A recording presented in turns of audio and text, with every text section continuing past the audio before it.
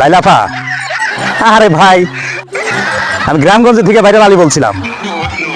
গ্রাম থেকেই তো ফোন দিবে, আপনার ভক্তবৃন্দ তো গ্রামে বেশি থাকে।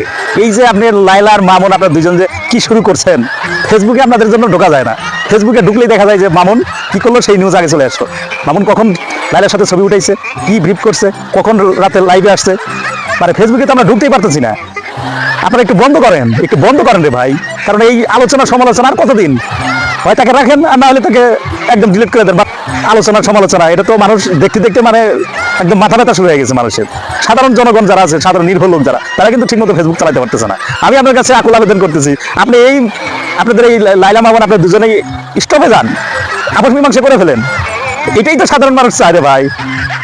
কিছু বললেই দেখা যায় যে সব সংবাদ সম্মেলন, এই সাংবাদিকরা সব চলে যাচ্ছে আপনার কাছে, যায় ফেসবুকে ঢোকাই যায় না। লাইলা মামুন কি করছে, কোথায় কি করলো না করলো, সকলে এগুলো নিয়ে খালি আলোচনা সমালোচনা। এগুলো বন্ধ করেন রে ভাই। ওকে, ঠিক আছে, থ্যাংক ইউ।